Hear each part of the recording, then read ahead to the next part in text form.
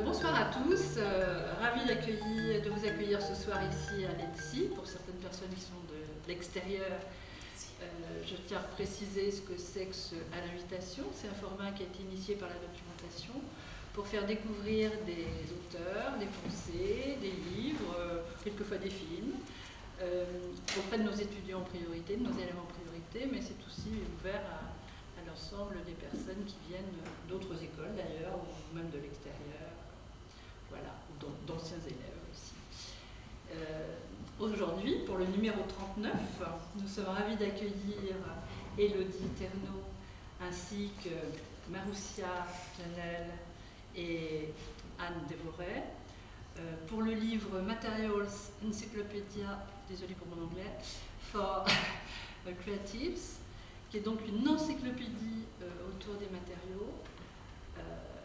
Elles vont vous parler de cet ouvrage justement où les entrées, si je puis dire, parce qu'une encyclopédie c'est toujours de A jusqu'à Z, où les entrées effectivement peuvent être différentes, c'est-à-dire soit c'est des matériaux, soit ce sont des process, enfin, j'imagine que tu vas nous expliquer tout ça, plus dans le détail.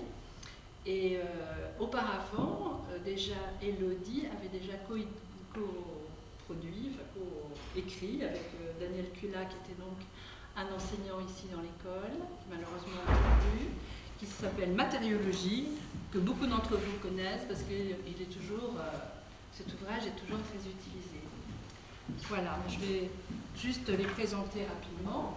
Donc, Élodie est ingénieure et en même temps designer. Je crois que je vais prendre mes notes parce que tu as fait tellement de choses que j'ai donc diplômée de l'EDSI. Elle a co-dirigé Matériaux que vous connaissez aussi, ce qui est une bibliothèque de matériaux innovants.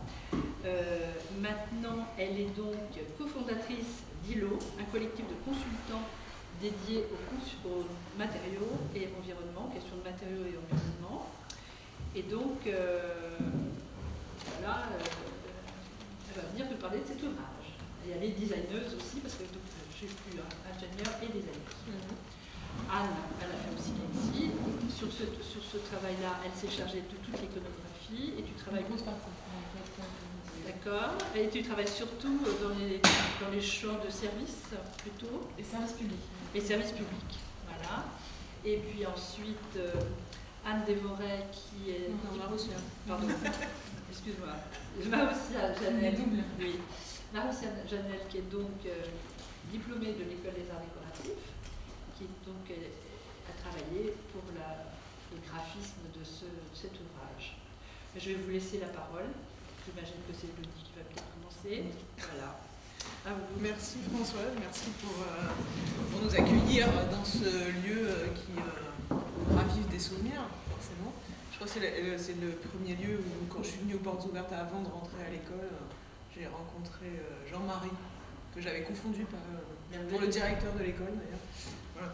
Et David Hénon sur son skate dans les couloirs. Moi je venais des écoles d'ingénieurs, c'était assez bluffant de voir ça. Alors ce bouquin, l'histoire a commencé il y a 10 ans, ça a pris 10 ans de faire ce truc. Et effectivement, ça a même commencé avec Matériologie, qu'on a coécrit avec Daniel Cula, qui était donc enseignant ici. Maroussia était déjà la graphiste de ce livre. En fait, tous les livres sur lesquels j'ai pu travailler, c'est elle qui se les a coltinés graphiquement. Je pense que Matériologie, on s'accordera tous, pour ceux qui le connaissent, à dire qu'il tient essentiellement à son graphisme, mais pas forcément à son contenu.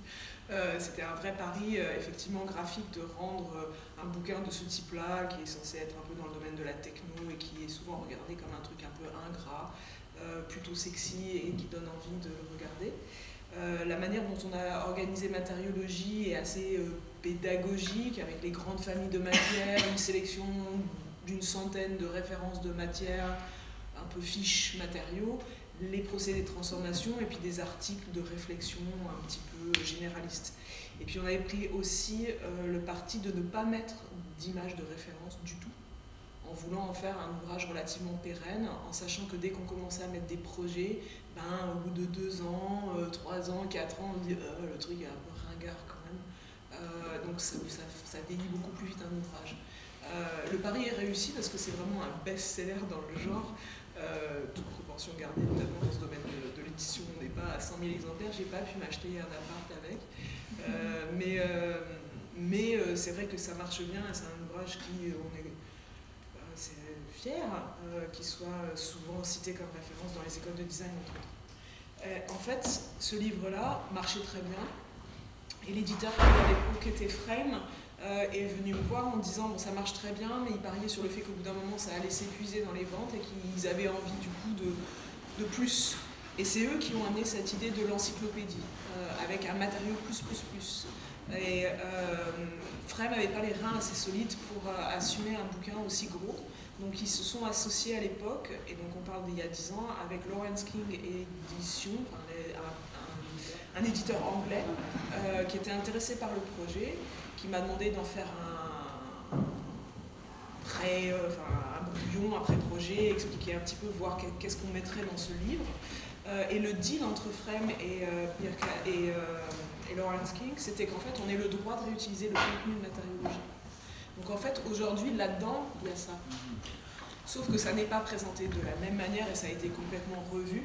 Mais c'est vrai que pour ceux qui voudraient faire une recherche en copier-coller, oui, il y a du copier-coller entre les deux, assumé et complètement en accord avec tous les gens qui ont écrit les choses qui sont là et qui se retrouvent aussi là-dedans.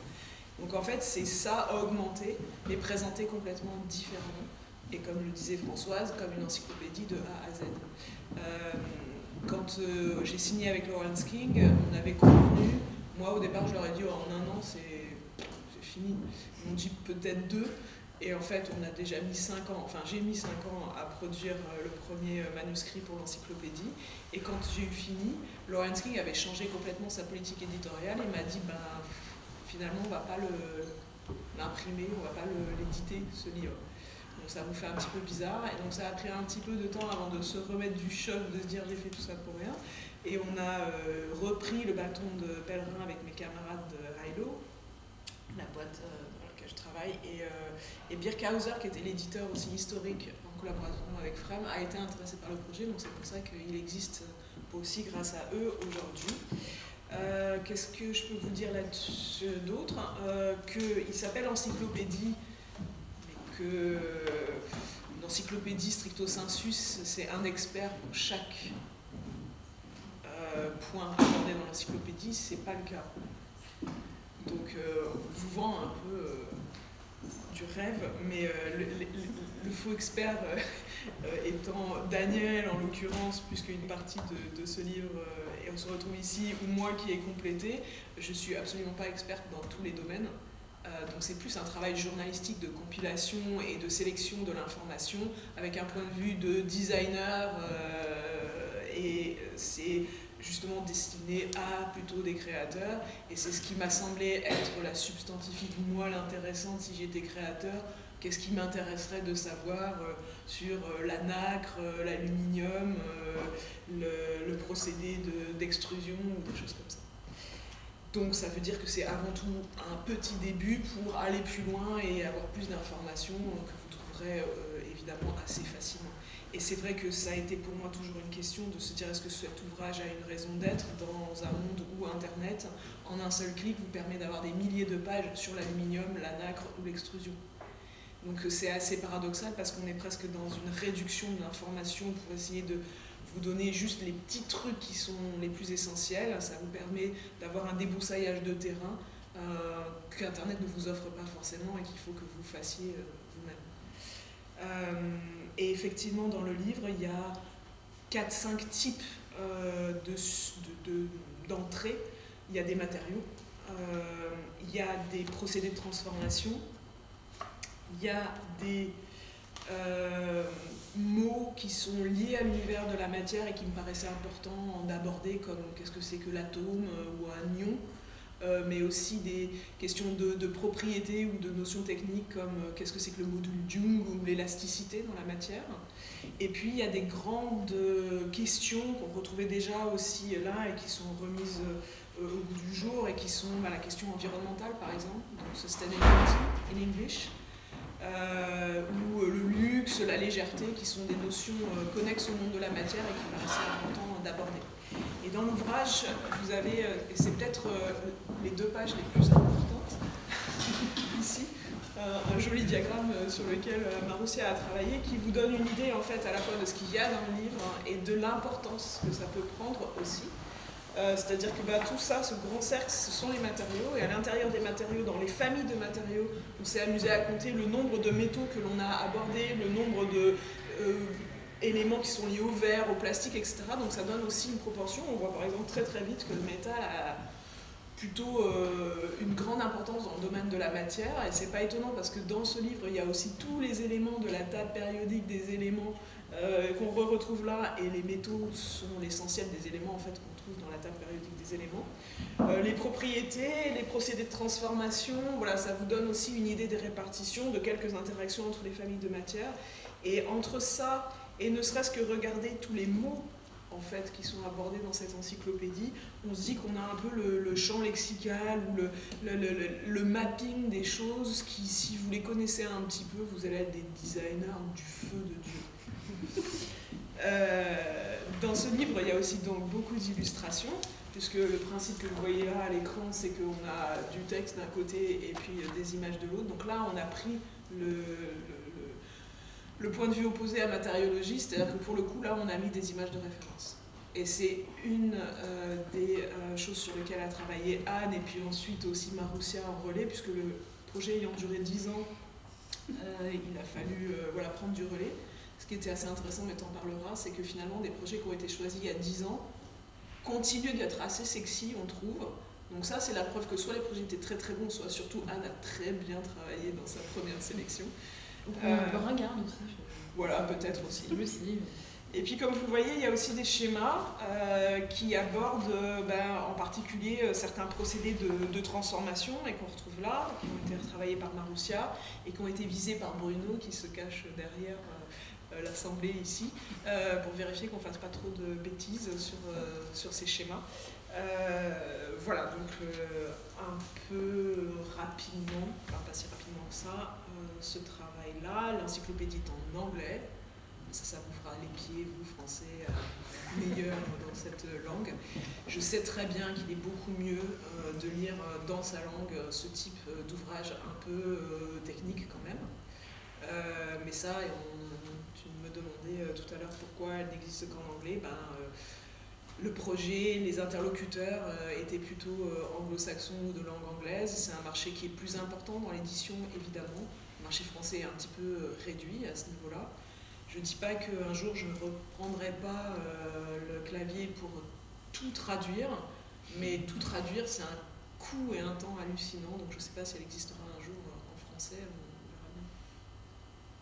Peut-être, je ne sais pas, parler, parce que c'est 2 composantes essentielles aussi, évidemment, du livre, à la fois du graphisme qui rend l'objet très désirable et les images en font partie. Je ne sais pas qui veut... Peut-être Marussia, tu veux commencer? Tu as structuré dans l'ensemble. Donc sur ce livre, voilà, il y a eu un parti pris qui était assez différent de matériologie, voilà, sur le fait qu'on soit sur une encyclopédie.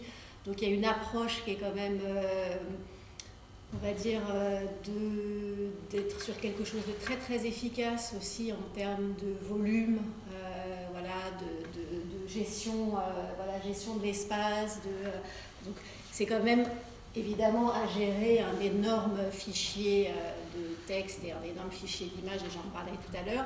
Donc voilà, j'ai eu cette approche quand même extrêmement pratique, technique, et qui m'amusait aussi de revisiter en fait vraiment les principes des encyclopédies très classiques. Donc voilà, avec cette composition de textes en 3 colonnes, avec voilà, des gouttières entre les colonnes qui sont quand même assez étroites, mais pour garder de la lisibilité, on a des filets qui marquent bien les séparations, qui structurent bien.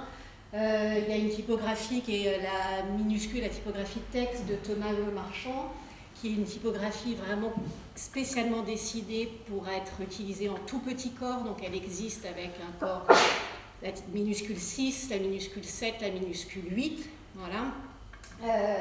Elle a un œil qui est assez important et des montantes et des descendantes qui sont petites. Voilà, donc ça permet d'avoir des interlignages assez serrés, d'être dans des petits corps avec quand même malgré tout une bonne lisibilité. Par exemple, la queue des G en fait est coupée, voilà, donc ça avait posé problème. Pour l'anecdote, Fiona, qui est une des cofondatrices d'Allo avec qui je travaille, elle m'envoie un message, elle dit « There is something wrong. Les G sont tous coupés, il y a un truc qui ne va pas. » Voilà, et puis, voilà, il y avait cette idée d'être vraiment, on coule le texte d'un côté et on place les images de l'autre côté. Alors d'abord, esthétiquement, moi j'aime bien les choses des fois un peu radicales, donc voilà, ça me plaisait bien comme ça. Ça me permettait quand même d'avoir sur les pages d'images, de travailler sur cette grille et en même temps qui permet de faire pas mal d'animations avec des images plus grandes, des images plus petites, etc. Ça permettait d'avoir quand même beaucoup d'iconographie. Ça a même fini par être parfois un peu un problème pour nous à gérer parce que c'est devenu très très lourd, mais en même temps, cette construction-là fait que quasiment toutes les notions sont illustrées, voilà, avec une image, sauf sur celles sur lesquelles ça n'a absolument aucun intérêt, mais finalement il n'y en avait pas tant que ça. Et ce qu'on n'avait pas prévu au départ d'ailleurs. Voilà. C'est à quel point là le graphisme a influencé le contenu, d'ailleurs à tout le temps. Ce qui m'avait bluffé déjà avec Matériologie, c'est que Marussia me disait « Attends, là ton texte il est trop long, il faut le réduire. » Je me dis « Mais c'est moi l'auteur, si j'ai envie de dire ça, débrouille-toi pour que ça rentre. » Bah non, c'est le graphiste qui gagne à chaque coup. Et donc là, ça nous a imposé effectivement de faire une double recherche. Elle dit ça en même temps, franchement, oui, je vous assure que je fais tout ce que je peux pour que ça rentre, pour qu'il y ait le moins possible de coupes, etc. Et que voilà, parfois je sais que c'est compliqué pour les auteurs et que du coup je lis les textes et que j'essaye de trouver avec les auteurs qui sont au bout du rouleau des solutions, voilà, et que j'ai un œil extérieur et que je pense que voilà, par exemple, cette phrase-là, elle n'est pas hyper intéressante, on en a déjà parlé un peu plus haut, on peut peut-être, voilà. Donc j'essaie quand même toujours de trouver des solutions, voilà. Après, c'est vrai que cette mise en page-là pour le texte paraît très très simple, en même temps c'est assez exigeant parce que c'est A, B, C, D, tout le texte est chaîné. Du coup, je ne peux pas avoir le B et puis 2 lignes. Enfin voilà, donc en fait, c'est toute une. Trouver des astuces. Et c'est quoi? C'est 1 an et demi, 2 ans sur la question de la matérialisation du contenu. Pas à temps plein, mais c'est quand même. Non, ouais, ça a été 6 mois très très denses et en tout, ouais. Enfin, le projet au niveau de la conception, il a commencé, on se disait ça, c'était avant le Covid. Donc entre le début des premières maquettes et puis le départ chez l'imprimeur, il y a quand même bien 3 ans et demi, 4 ans, voilà. Et 1 an et demi, voilà, vraiment à travailler dessus, 6 mois à la fin, hyper dense.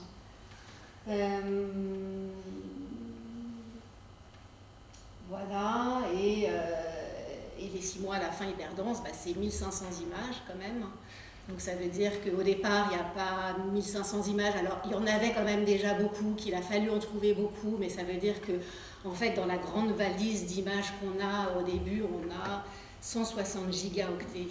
Voilà, c'était la base avec laquelle je travaillais, dans laquelle il fallait que je fouille parce que voilà, sur des notions, il y avait plusieurs possibilités. Parfois, il faut faire le choix et parfois, il n'y avait rien, il fallait en chercher.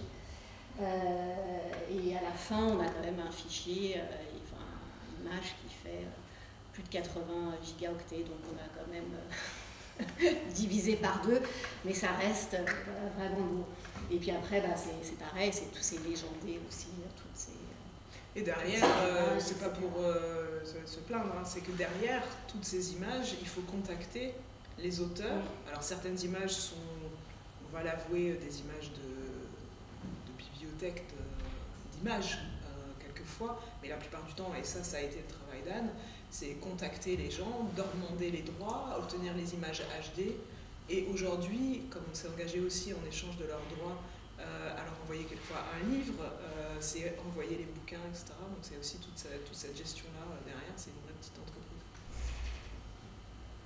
Et ce que je voulais juste ajouter, c'est que j'ai aussi fait la photogravure de toutes les images. Pour deux raisons. Un, ça nous faisait gagner du temps, parce qu'à la fin, le photograveur demandait 1 mois de travail juste sur les images. Il y a quand même 1500 images, donc c'est vrai que voilà, ça prenait du temps. Mais en fait, ce mois-là, nous, on en avait besoin pour continuer de travailler. Et, voilà, donc j'avais dit à Elodie, non, mais il n'est pas question, moi, ce mois-là, j'en ai besoin, je préfère prendre la photogravure. Et puis aussi, je savais que j'allais le faire avec beaucoup plus d'amour et d'attention, voilà, pour retoucher voilà, tous les fonds quand c'était pas joli, etc. Et puis surtout, ça se voit un peu dans la composition de mes pages. Voilà, il y a une sorte quand même à chaque fois c'est des images qui viennent de plein de sources différentes, de trouver une sorte d'harmonie, voilà, très souvent, qu'elles travaillent bien ensemble. Très souvent, Marussia préparait plusieurs versions des planches images, avec des variations d'images, puisqu'on en avait plusieurs dispo, et puis aussi des organisations des mêmes images, des fois simplement dans leur position. Et donc c'est aussi un vrai travail de curation et de regard esthétique pour que ça fonctionne aussi. Non, si tu disais aussi que tu avais fait de l'étalonnage, c'est-à-dire que tu avais essayé. Oui, voilà, j'ai sans toucher trop évidemment à la, comment dire, à la nature véritable voilà, mais essayer quand on avait des choses de voilà d'être. Et pour l'anecdote, jusqu'au bout du bout, il y a eu des modifs. Parce que quelques jours avant la clôture et le fichier qui part chez l'imprimeur, je me suis rendu compte que j'avais oublié l'albâtre. Désespoir, quoi. J'ai oublié l'albâtre. Qui est au début en plus. Ouais, à la Pasteur, c'est pas la première page, mais quand même, on est un peu dans la merde, quoi. Donc au début, je me suis dit c'est une catastrophe. Ensuite, je me suis dit de toute façon, Elodie, c'est trop tard. J'en ai un peu parlé à Marussia en lui disant c'est trop tard, de toute façon, on peut rien faire. Tout était figé, puis vous avez plusieurs rounds de correction, on peut plus bouger rien, quoi. Et finalement, pendant le dernier week-end, avant le lundi, il y avait des trucs là. En fait, sur cette page où il y a maintenant Albat, il y avait une autre direction. Je pense que c'était un acronyme de quelque chose, j'ai oublié quoi, il faudrait regarder dans les fichiers. Et je me suis dit, on va sacrifier l'acronyme et on va quand même mettre Alabaster, voire Gypse, parce qu'on parlait quand même de l'Albat dans le Gypse. Voilà, donc c'est des trucs où c'est sûr que vous allez, si jamais vous regardez cet ouvrage, me dire qu'il y a des erreurs. Si vous pouvez les faire remonter, c'est pas mal. Pour la prochaine édition, ça peut toujours nous servir. Mais bon, en fait, c'est sans fin. Vous vous rendez compte qu'à chaque fois qu'il y a un round de correction, il y a des trucs qu'on a laissé passer, quoi. Et donc cette sélection d'images. Oui, que quoi en dire, c'est vrai que c'était une recherche que j'ai fait pré-Instagram. T'imagines, il y a déjà un marqueur quand même fort, mais quand même Pinterest c'était déjà dans le game. Et ce qui était assez intéressant, c'était que en fait c'était vraiment le début de la viralité des images et de la viralité comme ça, et de la republication des images un peu tous azimuts. Et comme le mentionnait Elodie, un de mes travail en fait c'était vraiment de faire le détective de où venait une image, quoi. Et ça en fait c'était déjà assez compliqué. Il y avait le principe du riposte en fait était quasi infini. Je pense qu'aujourd'hui d'ailleurs c'est un peu mieux fait, c'est-à-dire qu'il y a une traçabilité qui est peut-être meilleure aujourd'hui des auteurs des images. Mais à l'époque c'était un vrai casse-tête. On avait vraiment l'impression que Internet c'était là où les images se fondaient les unes dans les autres. Enfin, il n'y avait plus de. Donc ça c'était assez intéressant. Et puis donc moi du coup j'ai fait ce travail, peut-être juste après les choix individuels, je les ai faits sur des critères à la fois descriptifs, esthétiques. Ouais, très contextuel, mais surtout moi c'était une espèce de démarche que j'ai élaborée en sortant tout juste de l'école. C'était un peu une espèce d'année de césure un peu étrange. Je suis allée vivre en Serbie. Et de là-bas, j'ai exploré comme ça un peu très fond d'internet pour trouver toutes ces images. Et je trouvais ça hyper intéressant après d'avoir passé mon diplôme, de prendre ce recul et de regarder une espèce de somme faramineuse de projets. Un peu à travers tous les arts appliqués et les arts inclus aussi, et d'avoir une espèce de prise de recul comme ça très large en sortant de l'école. Il y a eu une espèce de truc que j'ai trouvé assez agréable en fait, de me laisser un peu de plus être dans la production mais d'être dans le regard de ce que font les autres. Et ça, je trouvais ça assez chouette, j'en ai un très bon souvenir. Donc j'espère qu'effectivement, en feuilletant ce livre, vous les trouverez encore à peu près au goût du jour, qu'elles auront survécu un peu. Mais c'est vrai que ça, c'est intéressant de chercher un petit peu les critères dans une image qui font que elles seront datées ou pas. Il y a un pari un peu qu'on fait.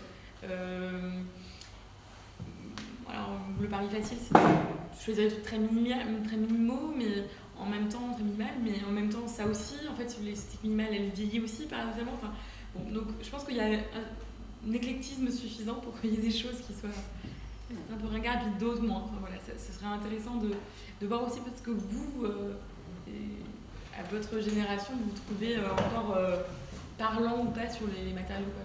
Ça, je serais assez intéressée d'avoir le retour des étudiants Lancy aujourd'hui, qui consommez autant d'images, comme tout le monde, mais à une fréquence que je pense est encore un peu supérieure au moment où moi j'ai fait cette recherche. Et je pense qu'elle risque de durer, et ça c'est un hommage rendu aux auteurs des projets qui sont photographiés, c'est que s'ils ont été choisis, c'est aussi qu'ils mettaient les matières réellement au service de leur projet, ou qui prenaient vraiment en compte la matière dans leur projet, et ça se sent, et c'est ce qu'on cherchait à illustrer de toute façon. Mais je crois que quand des projets ont cette attention-là, ils ont peut-être plus de chances de survivre et de montrer qu'on n'est pas dans le gadget et qu'on ne s'est pas trompé non plus de matière dans le choix. Donc ça, c'est un bon objet de réflexion aussi par rapport à la pérennité des choses. Est-ce que le fait qu'on prenne de l'attention à la matière, qu'on la travaille bien et qu'on la montre, en fait, qu'on la mette en avant et vraiment elle soit choisie de manière pertinente, c'est peut-être un des critères qui fait qu'un objet ou qu'un projet dure plus longtemps qu'un autre, quoi. Où la matière est rentrée au forceps, où on ne l'a pas considéré vraiment comme un objet essentiel, en fait. Et moi, ce que je trouve hyper important, c'est qu'en fait, autant ce livre-là, on avait été complètement suivi par l'éditeur sur la posture très graphique et très en dehors des sentiers battus par rapport à ce type d'ouvrage sur les matériaux. Et je ne cherche à offenser personne, parce que je sais qu'il y a des écrivains émérites aussi sur cette partie-là, mais c'était du coup un objet un petit peu différent, et Frame était tout à fait partant. En revanche, quand on a commencé le projet d'encyclopédie, l'éditeur de départ, Lawrence King, mais aussi Birkhäuser qui a pris le relais, ils n'en avaient rien à faire de la question graphique. C'est-à-dire qu'ils étaient prêts à payer un graphiste à la petite semaine qui allait faire un truc complètement anodin, d'un bouquin avec des images. Et du coup, sachant ça, il était essentiel qu'on ait une sélection d'images qui, même si on est, à l'époque, si on restait dans un... Parce que Marussia n'était pas dans le deal, dans le projet au départ, si on avait juste que les images qui étaient mises en page de manière très sommaire, il fallait que les images, elles bastonnent et qu'elles expriment, elles infusent la question créative, un peu arty, un peu décalée. Sinon, c'était pas le projet qu'on voulait défendre. Et là, on a eu de la chance quand même avec Birkhäuser, c'est qu'ils ont été OK non seulement pour la sélection d'images, et ils ne nous ont pas emmerdé là-dessus du tout, et pour prendre Marussia et l'amener à bord du projet, plutôt qu'un graphiste qu'ils allaient m'imposer. Et je pense qu'ils s'en félicitent parce que c'était quand même une galère, ça aurait été une galère avec je pense qu'ils avaient complètement sous-estimé le projet. La personne qui a suivi le projet chez Birkhäuser, elle a fini par comprendre que c'était pour elle presque l'équivalent de 5 livres d'un coup. C'est ça. Oui, bah, c'est vrai que alors, moi j'étais un peu déçue et je pense qu'on l'a été parce que moi j'avais 1000 pages Word sur le manuscrit. Ici il y a 460, je sais plus combien, 480 pages. Donc, parce qu'à un moment donné on a caressé plusieurs volumes ou le truc, mais ça n'aurait pas fonctionné. C'est déjà quand même une belle petite bestiole, mais c'est vrai qu'entre les deux, vous vous dites, mais personne ne va voir que j'ai autant bossé quand même. Voilà, il n'y a pas tant de différence que ça au poids. Nous, on avait passé longtemps sur le matériologie quand même. Aussi, bien sûr. Et puis il y avait aussi l'histoire des photos pour matériologie, c'était des photos prises. Il y a très peu d'images. Par Théo Mercier, qui était donc élève, quand il sortait de l'école. Mais il n'a pas été diplômé. Non, il était Non, mais il était à l'ENSI. quand il a fait les photos, il était encore à l'ENSI. Et Théo Mercier est un artiste internationalement Connu connu. maintenant. Et il y avait des photos qui étaient prises par Véro, des matériaux. Tout à fait. Véronique Huy, qui est donc la photographe de l'ENSI. Alors que là, c'est des images. Alors là, non, il y a un mélange. Ouais. Il y a surtout des images d'Émile Kirch. Ouais, il y a des images, il y a en partie ce qu'on retrouve par exemple sur cette page-là, ici, et qui sont des images sur fond blanc, d'échantillons qui, oui, on a fait un shooting à un moment donné quand même, parce qu'on voulait avoir ce type d'image aussi bêtement de l'échantillon de matériaux. Et puis, donc il y a ce mélange-là. Aujourd'hui, en termes de sources, il y a ce shooting que l'on a fait, il y a des images de banques de données qui ont été quand même choisies pour leur pertinence, et il y a des images de projets, d'artistes, créateurs, tous azimuts. Voilà. Et puis il y a les fameux schémas, celui-là, donc, qui ont été retravaillés. Là aussi, dans l'histoire du livre, les schémas au départ ont été faits par un étudiant qui est retourné en Inde, Dani Chanvar. Il avait commencé à refaire tous les schémas. Et puis Maroussia a retravaillé tous ces schémas-là, avec sous le regard acéré de Bruno. Je ne sais pas si tu peux dire un truc. Un petit mot, Bruno, sur les schémas? Moi, j'ai travaillé à titre amical et en souvenir de Daniel, à qui je dois tant, et j'ai révisé effectivement tous les schémas qui m'ont paru particulièrement pertinents, radicaux, extrêmement fins et vraiment avec une charte très tenue et une lisibilité très très grande. On arrive là, je pense, à un minimum de moyens pour une expressivité très très grande. Et ensuite, effectivement, ça a été un travail rapide, très rapide, en plusieurs fois. Donc, comme Mélodie, j'espère qu'on n'a pas trop laissé d'erreur.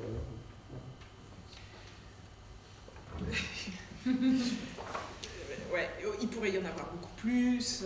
Enfin, tout pourrait évidemment être questionné. Si la première édition s'épuise, on aura droit à un deuxième tour. Et le deuxième tour permettra de corriger tous les tirs éventuellement et de compléter. De rendre à l'albâtre ce que l'on doit à l'albâtre, ou des choses comme ça, par exemple. Est-ce que tu as un courant de retour de maintenant? Tu as beaucoup de relations avec les lecteurs ou... J'ai pas beaucoup de retours pour l'instant. Le livre a été mis en vente en novembre-décembre dernier. C'est pas du tout... c'est pour saluer tout le travail, hein, c'est pas je vais pas vous donner une anecdote qui va être prétentieuse, mais voilà, des amis qui l'ont vu dans une librairie à Stockholm, par exemple, en vitrine, et qui vous envoient un truc, et le libraire a dit « Best book ever !» Donc vous êtes content, bien sûr, mais on sait très bien qu'avec un peu de chance, vous ne le lirez pas, comme ça vous ne verrez pas les erreurs. Par contre, c'est clairement le livre qu'il faut que vous ayez dans votre étagère pour faire semblant que vous y connaissez en matériaux. Je dis ça, on n'a absolument aucun... S'il se vend, on n'a aucun argent. Donc, que ce soit on en avait clair. négocié sur matériologie. On n'a absolument pas de deal, on n'a aucune royalty sur ce livre. Donc je suis à l'aise pour vous dire achetez-le, ça ne changera pas vraiment notre vie. De toute façon, l'édition, si ça changeait la vie, à part quand on est vraiment un roman type 50 Shades of Grey, ça ne marche pas trop. C'est pas avec ça que vous vivez. Mais oui, voilà, on a des retours de ce type-là, ça fait plaisir, bien sûr. Des questions peut-être, des remarques. Comment vous avez fait le choix du contenu? Pourquoi l'Occident et pas autre chose? Enfin, je sais pas. Bonne question. Là, pour le coup, tout sera ma faute. Au-delà du fait que le contenu que je vous disais de matériologie est à l'intérieur, et donc ça, la responsabilité est partagée avec Daniel, effectivement, quand on a fait matériologie. Moi, j'ai complété avec tout un tas de notions qui me paraissaient essentielles. Donc j'avais fait une première super liste qui a été aussi vachement complétée au fil du temps, même s'il y en a qui ont échappé au truc, et bien sûr qu'on peut le questionner. Et c'est là, bien sûr, les limites de l'exercice. Quand je disais tout à l'heure, c'est pas des experts de chaque domaine qui ont travaillé. Donc c'est ma vision, c'est la vision de Daniel plus ma vision avec le temps que l'on vous propose ici, et qui est très subjective. Est-ce que tu te souviens d'avoir exclu des choses? T'as plutôt ajouté, parce que Ouais, quand même, comme ça a duré 10 ans, je veux dire, et que ça a été, il y a quand même eu des interlocuteurs après avec. Oui, et ce qui a beaucoup évolué entre les filles d'Aélo et tout ça. l'époque de matériologie et maintenant, c'est la question environnementale. Même moi, sur mon parcours professionnel, quand je travaillais chez Matériaux dans la bibliothèque des matériaux, au début, l'écologie, rien à faire, quoi. Les gens venaient pour des questions techniques ou esthétiques quand ils cherchaient de la matière. Et puis petit à petit, ça a basculé, et aujourd'hui, plus personne ne cherche un matériau sans vous demander qu'il soit sustainable. Donc toutes ces notions-là, qui sont un tout petit peu présentes dans la réédition de matériologie, elles sont là. Donc sur la sustainability, sur recycled, upcycling, toutes ces questions, elles sont intégrées. Et dans les textes, mais là aussi ça a été compliqué parce que donc moi j'ai écrit pendant 5 ans, les premières 5 années, après le texte est resté en jachère et on l'a repris avec Fiona, avec qui je travaille, qui s'est tapé de tout relire, parce que moi j'écris directement en anglais, mais comme vous l'entendez, je ne suis pas anglo-saxonne. Donc mon anglais n'est pas parfait non plus. Donc il y a déjà eu une première passe de ma collaboratrice Fiona avec son point de vue qui a à la fois corrigé la langue mais aussi donné son avis, un petit peu édité. Ensuite il y a eu un éditeur embauché par Birkhauser, une nana super en plus avec une connaissance, parce que c'est compliqué de trouver des gens qui sont capables de lire ça et de le comprendre en fait, parce que souvent les éditeurs sont plutôt du côté littéraire que scientifique. Et d'ailleurs, on avait eu des déconvenues avec matériologie et les traductions, parce qu'à l'époque, nous, on avait écrit en français et la traduction était un peu catastrophique, parce que c'était quelqu'un qui était plutôt dans la traduction littéraire et qui ne connaissait pas le langage technique. C'est aussi pour ça que j'ai écrit directement en anglais à un moment donné. J'avais commencé à écrire en français, à me traduire moi-même. C'était hyper long. Et finalement, j'ai complètement basculé que sur des sources anglaises pour me nourrir de l'information, mais aussi parce que du coup, je savais que j'avais le bon vocabulaire directement technique. Et je ne sais plus ce qu'on disait, mais voilà. Et ajouter, oui, voilà, donc les questions environnementales, et dans les textes eux-mêmes, de temps en temps, caser des petites remarques, des petits pics sur la question, ces matériaux-là, des fois, ils sont contestés, ou il y a des enjeux sur la toxicité, ou des choses comme ça. Même si on n'est pas... on a aussi choisi de ne pas être hyper précis. Il y avait eu par exemple un grand débat entre Fiona et moi sur... moi j'avais commencé à dire, je sais pas, la bauxite qui est à l'origine de l'aluminium, elle se trouve plutôt dans tel et tel pays dans le monde. Elle a retoqué ça en fait, donc on a fini par se dire ok, on ne met pas les sources, parce que en fait c'était effectivement très contextuel, parce qu'aujourd'hui la bauxite on l'exploite plutôt dans tel et tel pays, mais peut-être que dans 10 ans, on ne l'exploitera plus dans ces mêmes pays. Donc là encore, sur une volonté de pérennité, on se disait, cette information du plus grand producteur de terres rares aujourd'hui, c'est la Chine, mais peut-être que ça va évoluer. Donc on a choisi de ne pas forcément nécessairement géolocaliser les choses. Voilà, tout ça, c'est des débats un peu constants. Le gros débat qu'on a eu aussi, c'est est-ce qu'on groupe ou est-ce qu'on sépare, parce que cet ouvrage-là, il avait tendance à grouper. En l'occurrence, les procédés de transformation sont plutôt regroupés. L'extrusion, entre l'extrusion soufflage, gonflage, l'extrusion classique, on avait tout mis sous extrusion là-dedans. Et moi, j'avais continué à prendre ce parti dans cet ouvrage, et Fiona m'a invité à les exploser. Donc vous avez l'extrusion soufflage, n'est pas au même endroit que l'extrusion gonflage, n'est pas au même endroit que l'extrusion. Donc ça saucissonne vachement. Quelquefois, ça fait des petites entrées assez courtes, qui peuvent être un peu frustrantes, mais qui, encore une fois, c'est un petit peu l'apéritif pour vous pousser à aller un petit peu plus loin. Donc les experts du domaine, comme Martin, comme Romain, à mon avis, on va les frustrer à mort, ou comme Bruno, qui va définitivement, dire c'est pas tout à fait exact, parce qu'on a pris des raccourcis pour vous faire comprendre le truc, et c'est tout ce que tu as mis sur l'extrusion soufflage. Voilà, c'est plutôt, encore une fois, un livre pour les nuls, quoi. le truc que vous mettez dans vos chiottes et que vous n'avez rien à faire, vous dites tiens, oh le francium, je ne connaissais pas. Voilà. Non, mais une autre manière de représenter la chose, c'est aussi à l'opposé d'une requête internet que tu vas faire très précisément. C'est un livre qui invite aussi à se balader dans des notions qui justement sont présentées parce que alphabétiques de manière éclectique, parce qu'il y a des images qui résonnent mais qui parlent de trucs différents. C'est aussi une balade un peu ce bouquin.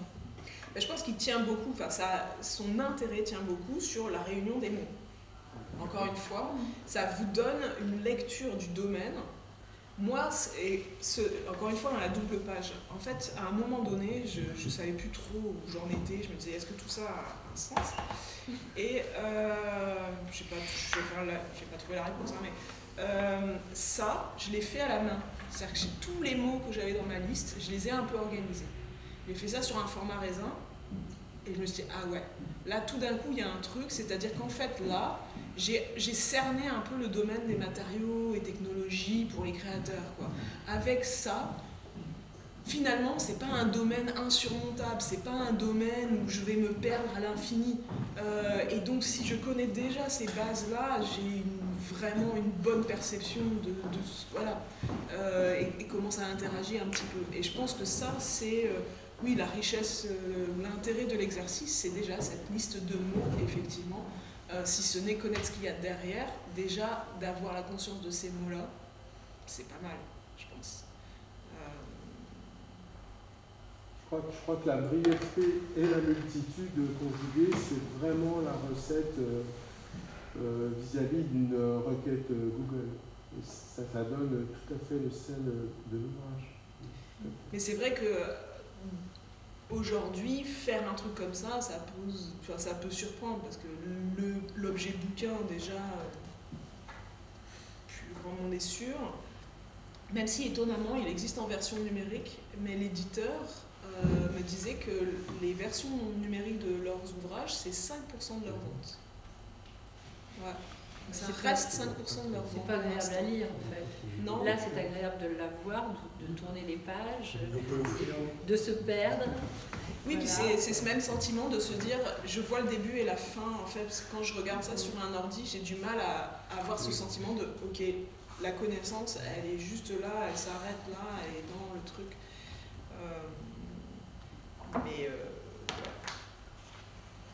Non, mais ça veut juste dire que si c'est le format numérique, en fait, inviterait à avoir une réflexion assez profonde sur comment est-ce qu'on s'y baladerait, c'est-à-dire la balade qu'on a à travers des pages, comment elle se présenterait à travers une interface. Et je pense que ça, c'est une réflexion qui... Par contre, le format numérique fonctionnerait bien avec, parce qu'en général, dans les entrées, vous avez des plus et des moins, et vous avez un petit lien vers d'autres entrées. Donc vous pouvez rebondir d'un truc à l'autre. Donc ça, évidemment, en lien hypertexte, ça marche très très bien. Je pense pas qu'il soit actif d'ailleurs dans la version numérique, mais c'est l'idée. Que vous fassiez des bons d'un truc à l'autre. Une question? Ouais. Sur ce qu'on voit là, du coup, je me demandais s'il n'y avait pas une sorte de synthèse. Qu'est-ce que le fait d'avoir fait ce travail exhaustif, de regarder tous les matériaux qui existent, qu'est-ce que ça vous a appris au final? Est-ce qu'il y a quelque chose à retenir ou à synthétiser? Je ne sais pas. Alors, il n'est pas exhaustif parce que tous les matériaux ne sont pas non plus quand même là. Je pense qu'on pourrait encore compléter.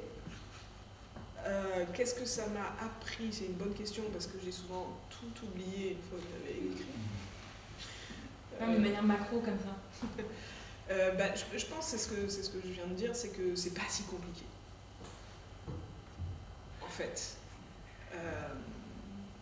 Mais ça, c'est la leçon depuis un moment, quoi.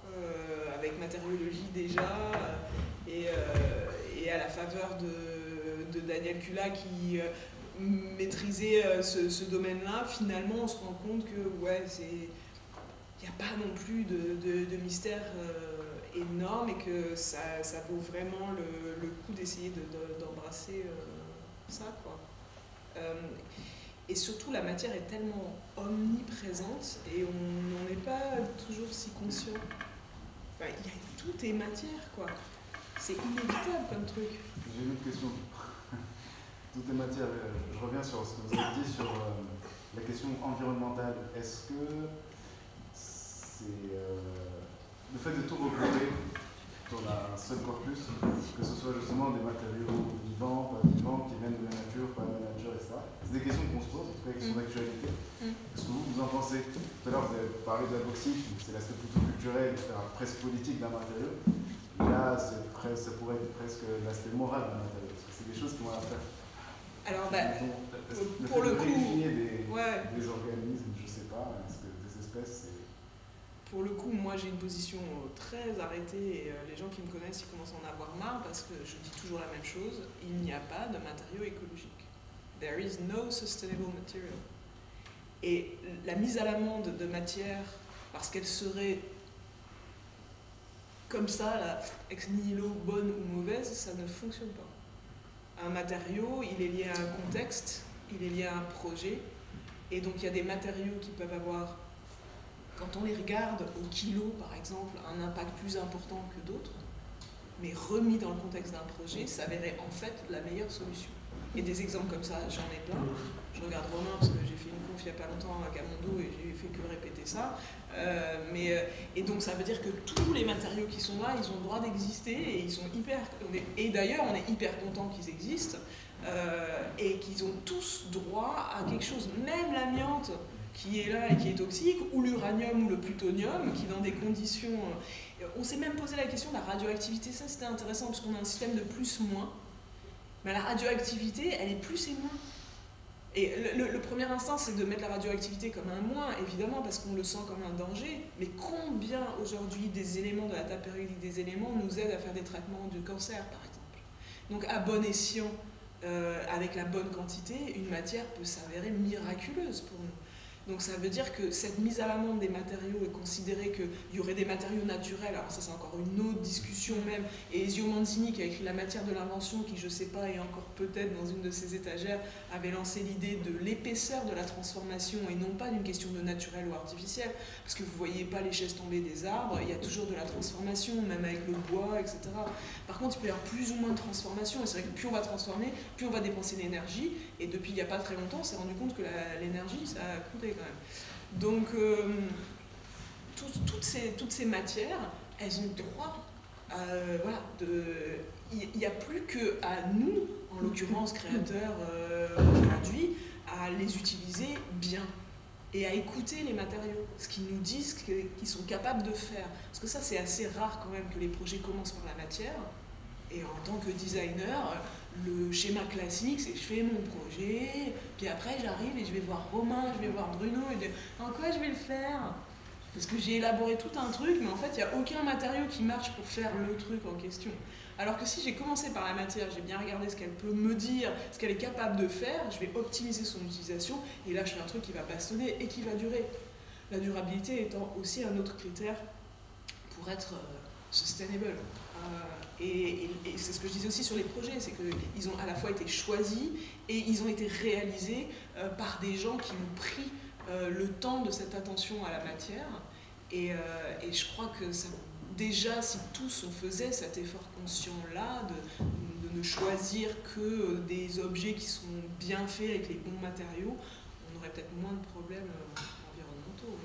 Les artisans, en l'occurrence, sont quand même meilleurs dans le genre sur la question environnementale que l'industrie qui a oublié qu'il y avait des choses à faire avec parcimonie. Un ébéniste, il récupère les chutes, il sait comment telle essence va réagir, et il fait pas de conneries, quoi. Mais là tu parles aussi des chaînes de production, qui ont aussi tout un sujet. Bien sûr, bien sûr. J'ai une question technique, je ne suis pas designer, je suis documentaliste, veilleur Matthew Parker, et moi ça m'intéresse beaucoup de savoir comment vous avez construit en fait, le projet entre toutes les notions, les entités que vous avez associées, que vous avez gérées même au niveau fichier, si vous avez utilisé un thésaurus par exemple, oui, non, voilà, ça m'intéresse de savoir comment vous avez géré les 1200 entités à peu près. Si vous parlez de les notions, il y en a plus de 1000, oui. Ouais, à peu près 1200. Ouais, 5 par page à peu près, et puis autant de photographies. Je sais même si on a recompté en fait le nombre de... C'est ce que exactement, j'étais en train de me demander. Donc ça dit around 1000. En fait on a un... Non, alors, le truc... je souris sur la question. Vous êtes documentaliste, ayant travaillé dans une matériothèque, ça a toujours été un truc assez marrant parce qu'on a eu des documentalistes émérites qui sont venus travailler chez nous et qui s'arrachaient les cheveux parce que tout ça échappait complètement. Et tu disais tout à l'heure que le classement ici il est un peu spécifique aussi. Les matériaux dans l'archivage, c'est toujours un peu sportif. Et alors non, moi, pas du tout la rigueur qu'il faudrait, hein, ça c'est clair et net, donc c'est un peu olé olé.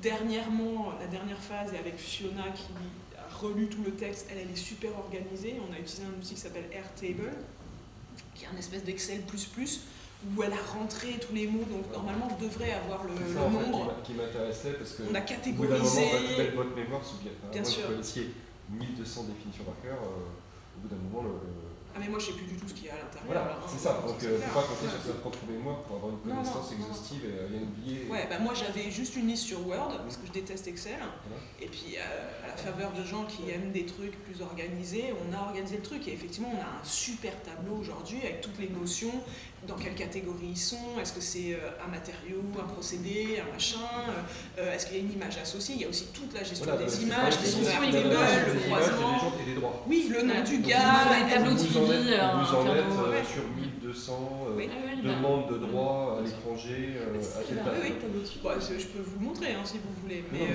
ouais, bien sûr, et on a même dans toutes les images, avec les images visuellement, il y a l'image, l'auteur, l'adresse, le machin, est-ce qu'on lui a envoyé son bouquin, est-ce qu'il a répondu, est-ce que machin, oui bien sûr. Ouais, puis après il y avait des sous-sélections dans les images, parce que je faisais des recherches larges, il fallait rechercher dedans, puis il y avait des images sélectionnées. Bref, c'est un enfer de stockage, mais... Ouais, on doit avouer que sur la dernière ligne droite, c'est un peu parti en couille quand même. Sur la gestion du tableau, mais... Donc c'est pas un thésaurus au départ, c'est ça en fait Non, parce que... C'est pour ça que je m'attendais à voir une liste avant ou après. Il y a eu une liste, quoi. On peut appeler, après, les définitions précises de thésaurus, mais... Oui, non, mais nous non plus, on n'a pas de thésaurus ici. D'accord. À la documentation, j'entends. C'est de la faute de l'ENSI, j'ai été à une mauvaise école. Voilà, on fonctionne tous un peu comme ça. Oui, c'est un peu... La Wurgen. Merci pour votre présentation. Moi, je rebondis qu'il n'y a pas de matériaux sustainable. Vous ne pensez pas que l'usage des matériaux peut changer le contexte? Par exemple, si on utilise une matière qui va être cultivée d'une certaine manière par rapport à un contexte en agroforesterie ou en tout cas à la prise en considération du milieu dans lequel est extrait le matériau peut permettre en fait à son usage. Voilà, par rapport à ce que je veux dire, c'est juste de regarder à l'inverse. C'est-à-dire que l'usage d'une matière peut transformer un contexte ou l'environnement.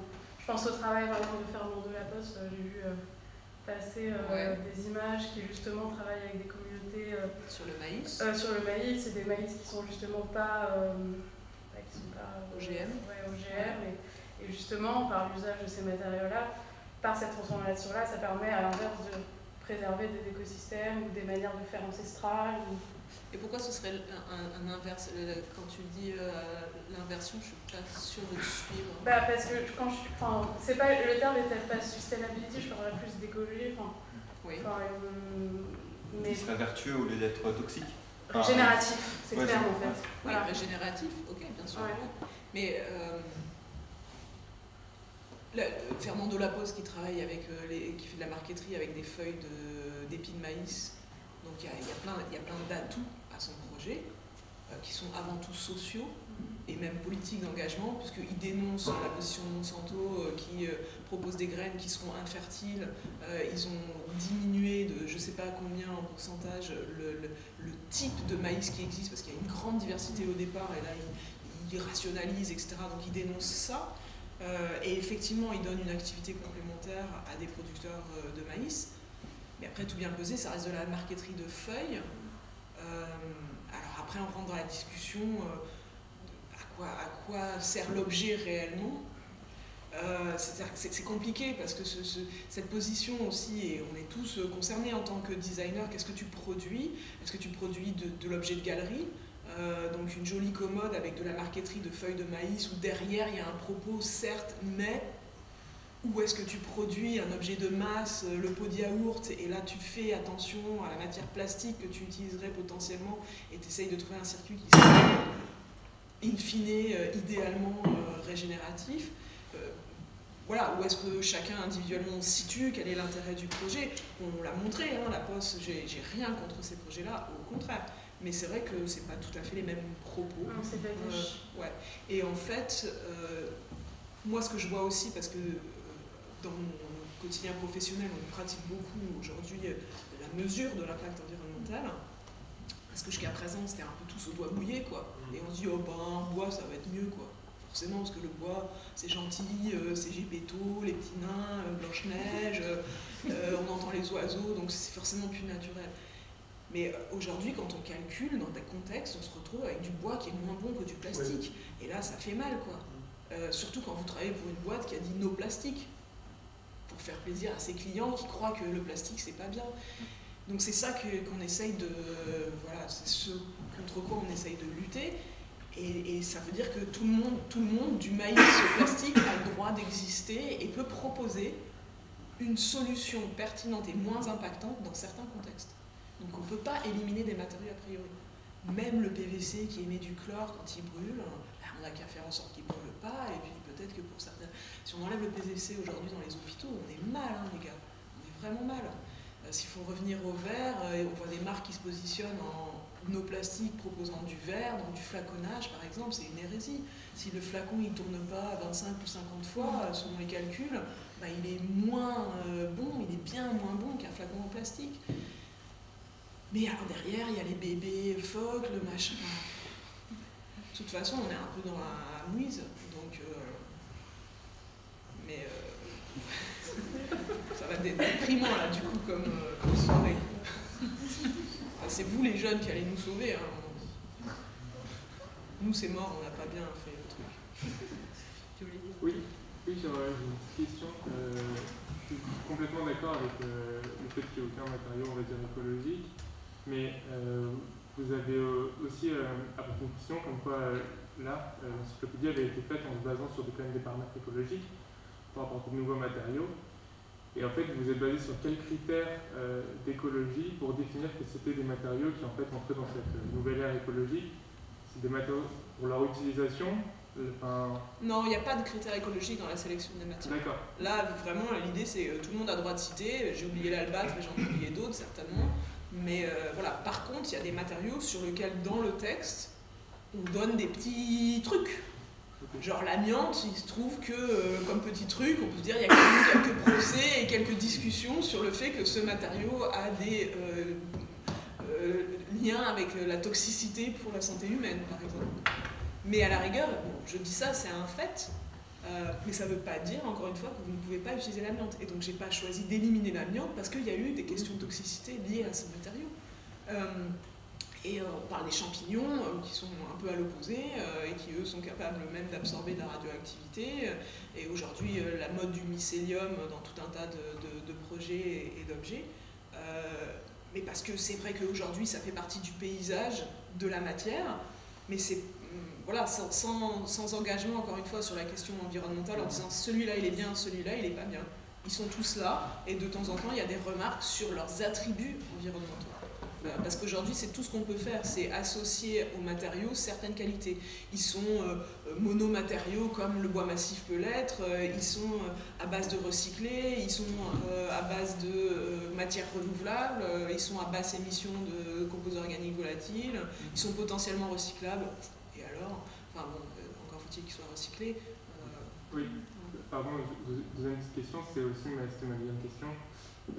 Est-ce que ça a été compliqué d'obtenir des informations sur la recyclabilité d'un matériau? Quand un matériau est présenté comme recyclable, comment vous avez procédé pour obtenir le vrai du faux? Parce que souvent c'est très compliqué. Bah justement, c'est pas un critère qui est présent là. Voilà. Alors déjà, qu'il n'y ait pas de quiproquo, vous attendez pas à avoir une fiche exhaustive de la matière, hein, avec toutes les données techniques, la densité du truc, le module du machin, la résistance au feu, non.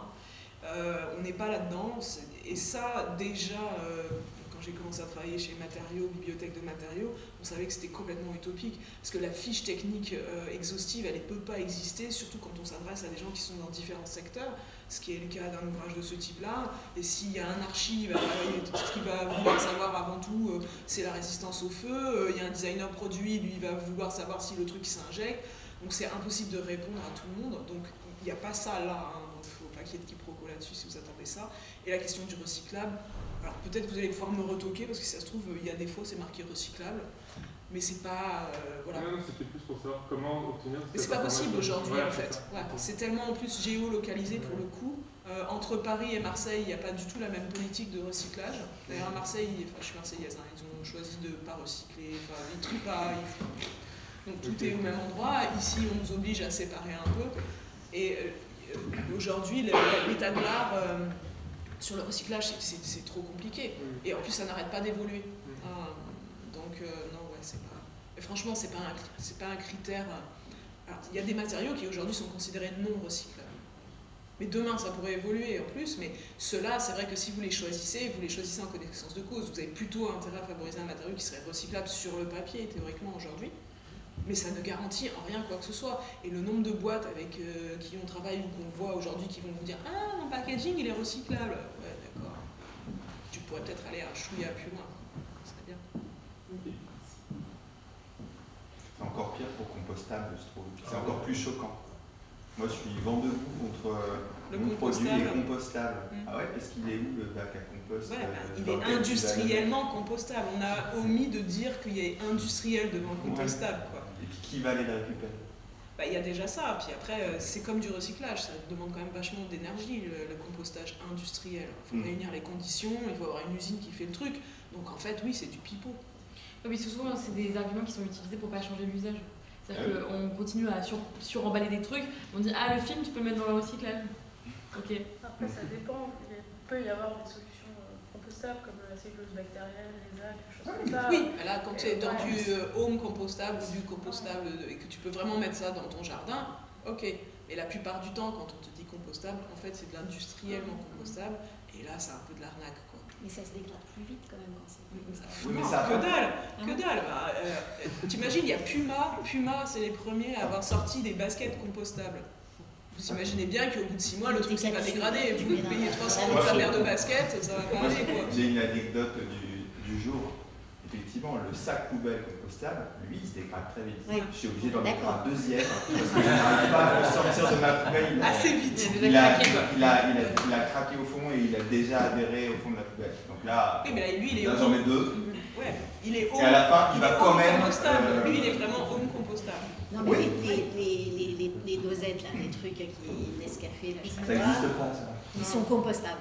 Ouais, elles se dégradent quand même plus vite que des trucs en plastique, non, dans la poubelle. Je me dis ça, je me dis c'est comme les sacs poubelles compostables. Bah, il faut que tu réunisses les bonnes conditions. Donc là encore, théoriquement, oui, si tu réunis les bonnes conditions, s'ils sont industriellement compostables, ils vont se dégrader. Mais encore faut-il réunir les bonnes conditions. Et on se retrouve dans les déchetteries avec des trucs qui sont enfouis, qui sont sur le papier compostables, mais industriellement compostables, et en fait ils se décomposent pas du tout. Ah oui, c'est dur. Donc c'est du marketing en fait. Bah, y a une part de greenwashing, ouais. Enfin, il y a une part de gentil arrangement avec le fait que, ok, certes sur le papier c'est compostable, alors que d'autres ne le seraient pas. Mais ça n'est pas... comme le recyclable, pas une garantie que ça va en fait se dégrader. Encore une question. Je me demande du coup, à partir de quand un matériau devient un matériau? Je m'explique. Le carbone, c'est un atome. Et ça peut donner des hydrocarbures, ça peut donner du graphite, ça peut donner des fibres de carbone, etc. C'est quand on utilise que ça devient un matériau? C'est avant, c'est pendant, c'est après? Ouais, c'est une très bonne question sur la définition du matériau. À un moment donné, j'avais fait un truc, d'ailleurs je crois qu'il y est même pas au final, sur la matière, quoi. Mais là on partait dans des considérations philosophiques hallucinantes. J'espère que je vais pas dire une bêtise sur le philosophe. Est-ce que c'est, je sens que je vais dire une bêtise, qui disait qu'en fait la matière est indissociable de sa forme, déjà, enfin, quand on commence à rentrer dans l'idée de matière ou de matériaux, en fait tu ne peux pas conceptualiser la matière sans lui mettre une forme. Donc ça c'est déjà un truc, et puis après finalement oui tu as raison, il y a un mélange d'éléments, de matériaux bruts, de semi-produits à l'intérieur de cette sélection, clairement. Parce que on avait fait un chapitre lumière quand même. Ici, dans la matériauthèque, on fait une vraie différence entre les ressources et les matériaux. Est-ce que ça délimite tous? C'est quoi la différence? Le bois, c'est une ressource. Le plié ou le mayonnaise aura beauté, ne va être un matériau. C'est peut-être aussi une réponse, ça. Ouais, ça peut être ça. Parce que tu en parles aussi des ressources. Enfin, il y a des ressources dans le livre. Oui, du bois, du carbone, du pétrole. Si tu définis ressources comme étant... Enfin, si tu dis que le bois est une ressource, bien sûr. On va avoir la famille bois et on a le carbone. Et en fait, si on prend un plastique, on va aller là du carbone, l'élément vraiment de base de la matière plastique et de tous les matériaux plastiques, à du polyéthylène terephthalate ou du polyméthylacrylate de méthyle qui peut se concevoir en plaques. Et il y a les deux là. Il y a les deux parce que c'est vrai qu'en tant que designer, c'est plutôt la plaque de PMMA qui m'intéresse. C'est pas moi qui vais manipuler le carbone. En revanche, ça me paraissait essentiel d'avoir la conscience que en fait, c'est lié au carbone. C'est pour ça qu'il y a tous les éléments de la table périodique des éléments dans ce machin. Alors du coup, j'ai une question corollaire à ça. Vous avez sûrement vu un article sur une IA qui a développé, qui a proposé, je ne sais plus combien de millions de matériaux en se basant justement sur le tableau périodique, en faisant des associations un peu comme ça. Et du coup, est-ce que c'est pertinent? Parce que du coup, ça n'existe pas des matériaux. Ben oui, mais c'est ça qui est génial quand même. Ouais. Il y a quelques années, j'ai discuté avec des scientifiques de recherche fondamentale et ils me disaient, alors je ne sais pas à quel point, qu'aujourd'hui, le pourcentage d'exploitation des combinatoires, des combinaisons possibles entre les éléments de la table périodique, on a effleuré, mais rien du tout. Parce qu'en fait, on n'en combine pas tant que ça à la fois. Donc il y a une promesse hallucinante, effectivement, de matière, matériaux derrière, qu'on n'a absolument pas exploré. Donc ça, c'est assez chouette de se dire ça. En fait, c'est comme la cuisine, quoi. On a les ingrédients de base, et les recettes, pour l'instant, on a vraiment fait les recettes pour les nuls, quoi. Le bouquin simplissime. Peu de gens sont des chefs dans la cuisine moléculaire à tenter des trucs incroyables. Et potentiellement, il y en a plein des choses. Donc là, il y a une promesse. Après, ça dépend de vos convictions. Mais moi, ces derniers temps, je travaille beaucoup sur la question des préjugés durables. Et cette idée que le progrès nous sauvera tous et qu'il y a forcément une solution et que, par exemple, en l'occurrence sur la question de la pénurie de certaines ressources, en combinatoire d'éléments qui resteraient, on arriverait à continuer à faire tourner le monde. Voilà, soit vous êtes un optimiste, soit vous êtes un pessimiste. Je ne sais pas si on va trouver nécessairement les solutions, mais en tout cas, c'est sûr qu'il y a encore plein de combinatoires à faire. Ça, c'est évident. Et puis, il y a aussi la promesse de... On a un truc sur science-fiction aussi. Il y a une entrée science-fiction. Parce que ça aussi, je trouve ça génial quand on regarde les ouvrages de science-fiction, les films. Il y a à la fois des matériaux exotiques qui n'existent pas. Vous avez peut-être récemment vu Avatar. J'ai pas vu le deuxième, mais dans le premier, on est quand même sur une quête d'une matière. Et que ça, chez les Iron Man ou je sais pas quoi, voilà, on voit arriver la fibre de carbone pour protéger. Enfin, c'est assez. Et sur la science-fiction, il y a des trucs assez étonnants. D'ailleurs, en illustration science-fiction, il y a un projet d'impression numérique qui, moi, me fascine, d'un mec qui a mis au point. Alors, on est dans le projet artistique qui est aussi extrêmement militant, avec tout un tas, il y a tout un courant d'artistes qui font, qui manipulent le vivant en fait, et dans ce projet-là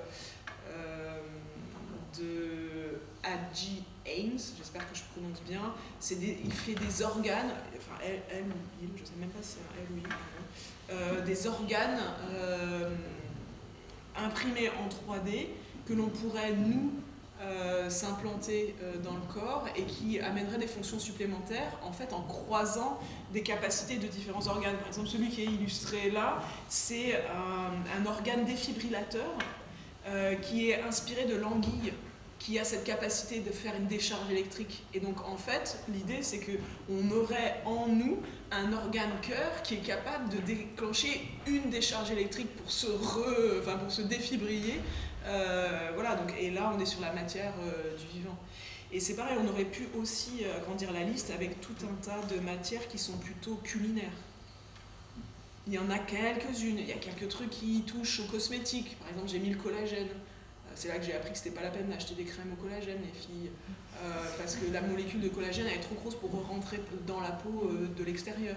Donc c'est pas la peine de s'énerver, ça va tomber, c'est tout quoi. Donc voilà. C'est un des trucs que j'ai retenu quand même. Moi j'ai une question sur les projets. C'est plus une question de technique. Des fois, est-ce qu'il n'y a pas des projets où il y a plusieurs matériaux et, vous ciblez du coup les matières qui font référence aux mots dont on parle? Ouais, c'est intéressant. Oui. Tu veux dire, dans une des images, par exemple, tu vas discerner plusieurs matériaux, tu te dis, tiens, comment est-ce que ça a été choisi par rapport Ouais. J'ai l'impression quand même que très souvent, il y a un matériau vraiment majoritaire. Et après, des fois, quand c'est bimatériaux, il y a la question de de l'assemblage et c'est plus focalisé sur lesquels. Non, je sais pas. Ouais, et on est assez souvent monomatériaux ou très très majoritairement sur une matière quand même dans les projets qui ont été choisis, je pense.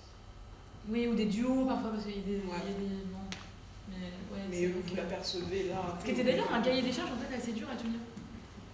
Dans la recherche, ça me fait penser à ça, c'est que en fait, arriver à toucher un projet qui exprime vraiment un matériau vraiment, c'était plus dur qu'il ne semble en fait, parce que plein de trucs en fait, sont multi-matériaux, imprimés dessus, imprimés dedans, enfin bref.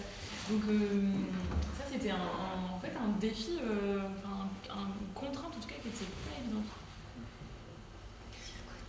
Et ce que tu dis aussi, c'est que ça montre que là encore, les projets qui se font, qui se détachent de la question du traitement de surface à outrance, quoi. Du coup, on revient à la matière, encore une fois, à ce qu'elle exprime, ce qu'elle est capable de faire, et c'est pas la peine de la recouvrir de machins supplémentaires pour faire croire que ce serait autre chose. Il y a aussi une entrée qui est imitation. Parce que la matière plastique, par exemple, c'est quand même aussi une des manières dont elle a débarqué, c'est en imitant d'autres trucs, quoi. La corne, l'écaille, et la matière plastique, elle est tellement protéiforme, ce qui la dessert, parce que du coup, comme elle n'a pas vraiment d'identité, on a du mal à la considérer comme telle. Non, mais c'est sympathique, les matériaux. D'autres questions? Oui, moi je me dis juste le fait de classer ça par ordre alphabétique, c'était un choix de départ. Ou à un moment, tu te posais la question, est-ce que je fais naturel, artificiel, bois, pierre, comme on fait d'habitude Ben, c'était déjà le cas de matériologie, avec les familles de matières et les procédés. Et déjà à l'époque, on avait vachement réfléchi à comment on l'organisait. Je pense que pédagogiquement, matériologie est un meilleur ouvrage. Parce que les connexions à faire, elles sont déjà faites, en fait. On vous les a déjà faites. Alors que là, de A à Z, donc c'est au petit bonheur la chance, presque. Encore une fois, à chaque fin d'entrée, on peut rebasculer. Mais je serais curieuse de voir si jamais quelqu'un utilise vraiment cet ouvrage, comment ça marche. Voilà, c'est pour ça que ce schéma à la fin, il était très important. Et il n'y a pas que le schéma d'ailleurs, il y a le schéma, mais il y a aussi l'index catégorisé où on a tous les mots aussi. C'est-à-dire que là, dans les matériaux et dans animal, végétal, là, j'ai quand même joué à cette recatégorisation. Souvent, c'est un peu à l'envers. Souvent, un index, c'est alphabétique. Ouais. Mais bon, comme c'était le principe de l'encyclopédie, et que c'était ce qu'on principe entendait dans le choisi, en titre, fait. on restait de A à Z. Et puis du coup, c'est pas mal quand même de A à Z, parce que, encore une fois, ça donne la chance à tout le monde. Il n'y a pas de hiérarchie, il n'y a pas de distinction. Et Atome a autant le droit d'être là, même si son texte est beaucoup plus petit que Sustainability qui va durer sur plusieurs colonnes. vous avez pensé à une version web Alors, le livre, il existe en e-book. C'est ce que je disais, étonnamment, l'éditeur me dit que les e-books se vendent beaucoup moins que les books. Après, ce à quoi on songe, nous, c'est qu'il y ait une suite à ça qui soit plutôt de l'ordre d'un outil autour de la matière qui serait le Wikipédia revisité, si tu veux, le Wikipédia hyper curaté, travaillé pour que ça ne soit pas aussi moche que Wikipédia est aujourd'hui, sans vouloir vexer Wikipédia, et que ça ne soit pas aussi tous azimuts en termes d'information. Donc que tu reconcentres pour une audience choisie. Et peut-être qu'on capitalisera là-dessus, effectivement, pour que demain, il y ait un outil accessible qui permette beaucoup plus d'utiliser les capacités d'un truc numérique, faire des sauts, des trucs. On aurait des films pour voir les procédés de transformation plutôt qu'un schéma ou des choses comme ça. Au début du projet, quand il a été pris par Birkhäuser, on était quand même vraiment à fond dans cette démarche. On fait le livre et en parallèle du livre, il y a une version numérique qui permet aussi de compléter, de faire évoluer le truc et tout ça, d'ouvrir sur plus de choses. Mais c'est vrai que... Une fois que vous avez fait ça, en fait, on a fatigué, on a épuisé tout le monde. Postpartum, vous n'avez plus trop envie. Donc là, personne nous en a reparlé. Nous-mêmes, pour l'instant... voilà. Mais c'est vrai que voilà, dans la démarche, au début, on était vachement là-dessus.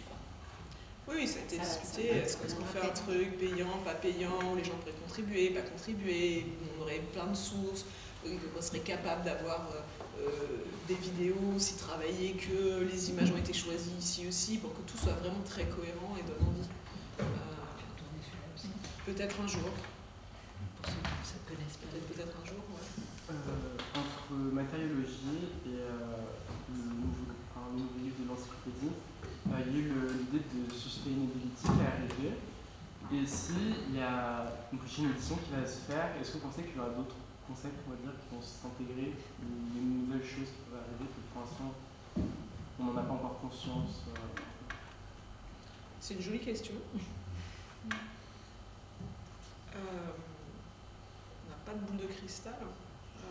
Ce qu'il est possible, par contre, là aussi un peu de manière pessimiste, c'est qu'on soit obligé d'enlever des trucs parce qu'ils n'existeront plus, ou alors on parlera au passé du zinc qui un jour a existé et qu'on ne peut plus trouver sur Terre, ou le cobalt qui est pas loin de s'épuiser, vu le nombre de kilos qui passent à chaque seconde pour les batteries qu'on adore pour tous nos machins électriques. Donc il y a l'épuisement des ressources qui pourrait grandement changer la donne sur le listing des choses disponibles. Peut-être qu'on aurait une exploration spatiale qui nous ramènerait des trucs qu'on ne connaît pas encore aujourd'hui. Je ne sais pas quelle hypothèse, vous les gars de la matière. Des procédés de transformation, évidemment. Mais ce que tu demandes, c'est une espèce de tendance comme ça. Je ne sais pas s'il y a une dimension qui va surgir. La question de la sustainability, c'est une forme de malhonnêteté intellectuelle de penser qu'elle est récente. C'est-à-dire, moi je suis né dans... Enfin, moi je suis pas un baby boomer, tu vois, même si je suis vieux. Et je suis né, on était déjà conscient de ça. C'est très vieux. Après, le temps que le journal de 20h en parle, oui, d'accord. Mais c'est une question très très très ancienne. Donc ce que disait Elodie sur le fait que maintenant c'est au centre des débats, oui, dans les endroits où les choses se décident. Mais je veux dire, le Club de Rome, ils n'ont pas attendu la publicité greenwashée pour dire attention les gars, il y a un problème. Mais on arrive au pied du mur. Il y a cette sensation d'eux, et puis après c'est débattu, et puis il y en a qui pensent qu'avant que le mur soit là, il y a vachement de temps. Donc, Non, mais par contre, je pense qu'il y a une notion qui du coup est un peu le pendant, et dont je pense qu'on parlera de plus en plus, c'est la question du renoncement. C'est-à-dire à quoi est-ce qu'on est prêt de renoncer? Non, mais tu vois. Oui, tout à fait. La raréfaction et le renoncement. Oui, et de dire même s'il y en a, peut-être qu'on ne touche pas, peut-être qu'on ne l'utilise pas, peut-être que... c'est la première étape de la circularité, refuse. Et est-ce que c'est une question? Est-ce qu'on aura la question? La question. Est-ce qu'on pourra se poser la question? On sera, oui, ou est-ce que ça sera... Oui, on sera peut-être là mis devant le fait qu'il faudra refuser de toute façon. Enfin, l'option ne sera même pas là. Mais c'est pas un autre concept. Non. Le refus. C'est le soir de la sustainability. C'est pas un nouveau concept. Mais tu fais pas un livre sur le refus. Donc. Mais c'est vrai qu'il y a la dimension technique, la dimension esthétique. Maintenant, il y a la dimension... Je sais même pas comment dire en français, quoi, parce que environnemental ne recoupe que la question environnementale, mais dans la sustainability, il y a la question sociale aussi et économique. Donc c'est 3 piliers en un. Dans le choix de la matière aujourd'hui, est-ce qu'il y a d'autres arbitrages et est-ce qu'on va voir arriver un truc nouveau? C'est une très bonne question. La toxicité. Oui, mais ça fait partie de l'environnement. En fait. C'est déjà un critère qui est à l'œuvre. Même si, et là encore, quand on parle de l'amiante tout à l'heure, quand il était utilisé, on connaissait déjà les dégâts qu'il faisait. C'est pas une surprise, comme tu le dis. Mais ceux qui découpaient les plaques d'amiante n'étaient pas... Ah ben on leur avait pas dit. Hein. Ceux-là, on leur avait pas dit. Ouais. Et donc ils sont généralement partis avec un cancer de la plèvre. Mais voilà. Ouais, ceci dit, on fait toujours des poils en téflon. Hein. Oui. Alors que ça sert à rien. Alors que ça sert à rien. Ouais. J'ai envie de faire un instant pub pour tous les designers qui sont là. Regardez le film qui s'appelle Dark Waters sur l'histoire du téflon. C'est vraiment, je trouve que pour des designers, c'est vraiment assez passionnant de voir comment émerge un matériau, d'où est-ce qu'il vient, c'est quoi les applications, comment est-ce qu'on analyse son impact. Enfin, c'est un film qui parle de tout ça, qui parle de l'invention, la transformation, l'impact d'un matériau et puis son cadre juridique surtout. Et c'est vraiment un film passionnant, je trouve, pour les designers aujourd'hui. Mais ça parle d'une histoire donc, juridique qui est assez ancienne maintenant, mais complètement d'actualité.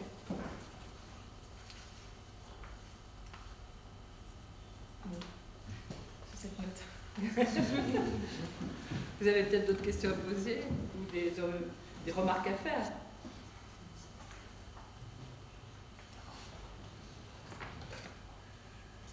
Moi j'avais peut-être quelque chose à dire, je connaissais le livre Matériologie, je l'avais déjà feuilleté, et j'avais conscience de son potentiel d'outil en fait, dans notre milieu. Et ce que je note avec la présentation aujourd'hui de ce nouvel ouvrage, c'est qu'en fait j'ai l'impression qu'il s'ouvre beaucoup plus largement à n'importe quelle personne qui s'intéresse aux matériaux en général, et qu'il se libère un peu de cette notion d'outil qu'on pouvait avoir avec Matériologie, et ce qui peut le rendre accessible, c'est justement le fait qu'il soit non pas classé par matériaux, mais par alphabétique, le fait qu'on puisse déambuler à l'intérieur juste pour trouver ce qu'on a envie de voir ou se laisser surprendre. Et du coup, je pense qu'il y a vraiment... En fait, il peut agir comme un déclencheur chez des gens en fait, qui se promènent dans une librairie, qui le voient, qui l'achètent. Et en fait, je pense qu'il a un potentiel énorme dans le fait de transmettre tous les enjeux qu'on ne voit pas forcément dans la vie quotidienne en fait, liés aux matériaux et à leur vie en général. Bah, c'est parfait, merci. C'est pas mal. On peut finir sur une remarque. Ce qui est certain, c'est qu'il y a une croyance derrière, au-delà du fait qu'il n'existe pas de matériaux environnementaux, c'est que de la connaissance naîtra la lumière. C'est une espèce de truc à la con, mais si on est dans une école, c'est quand même aussi important à souligner, c'est que plus notre niveau de connaissance commun, personnel et global montera, moins on fera de conneries, quoi. Donc la connaissance, l'enseignement, l'apprentissage constant, c'est la clé du truc, quoi. C'est la clé du truc. Donc espérons le meilleur. Donc vous allez tous lire consciencieusement. C'est tous les articles. Voilà. Dès que vous voyez une erreur, vous la faites offrir à Noël par votre grand-mère. Et voilà, je dirais ce genre de choses. Parce que c'est un livre qui a un coût. Je peux vous donner le prix. On peut leur donner le prix? C'est 98 €. Mais c'est une chose que vous allez garder longtemps. Ah oui, c'est un prix. Oui, c'est le prix habituel de ce genre de livre. Oui, il pèse 2,1 kg. Poids, un peu de la connaissance. Voilà. Mais justement, je tiens vraiment à vous remercier toutes les trois d'être venus jusqu'à nous, jusqu'à vous, parce qu'effectivement, Elodie a fait preuve de grande générosité. Elle a donné 2 exemplaires de cette encyclopédie, donc vous allez pouvoir les consulter dès demain. D'ailleurs, il y en avait déjà un exemplaire qui était en consultation. Voilà, mais je tenais vraiment à vous remercier d'être venus jusqu'à nous. Et avant de nous quitter, je voudrais aussi remercier mes collègues qui, grâce à leur intervention, à leur aide, j'ai pu mener à bien ce petit moment de partage. Donc, qu'ils en soient ici remerciés, Guillaume Jacquemin, tout particulièrement, mais aussi Tariq, mais aussi Fabien Gauthier, mais aussi, je vais tous les énumérer, excusez-moi, je vais essayer de ne pas en oublier un seul. Il y a aussi, j'ai dit Tariq, mais il y a aussi Hakim, tout le personnel de l'accueil, mes collègues de la communication, ainsi que la direction, représentée par Frédéric Pain, qui nous donne l'occasion de pouvoir mettre cette chose en place. Qu'ils en soient remerciés. Et je vous remercie aussi tous d'être là et d'avoir participé à cette soirée avec Bruno aussi, particulier.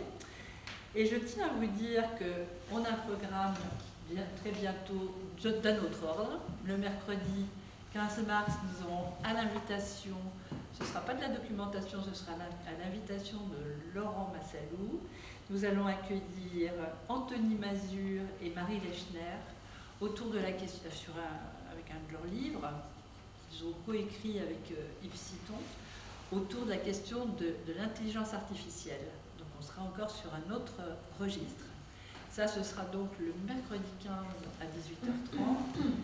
Et comme on a un mois de mars très intense, 2 jours plus tard, nous aurons aussi une invitation, mais là à 16h, lancée à l'invitation de nos collègues qui s'appelle donc Ségolène Perennes-Poncé, qui a réussi à contacter une espèce de gourou du vélo. On peut dire ça parce qu'il est très militant en fait, hein, c'est une personnalité très intéressante. Il s'appelle Steins van Osteren. C'est quelqu'un qui vit plutôt en France, mais qui écrit un livre autour du vélo et qui souhaite développer le vélo en France partout, pas seulement en ville. Il espère développer les pistes cyclables. Donc c'est un militant, il vient nous en parler cet après-midi-là du vendredi 17 mars. Donc vous êtes tous conviés. Voilà. Merci à vous. Merci.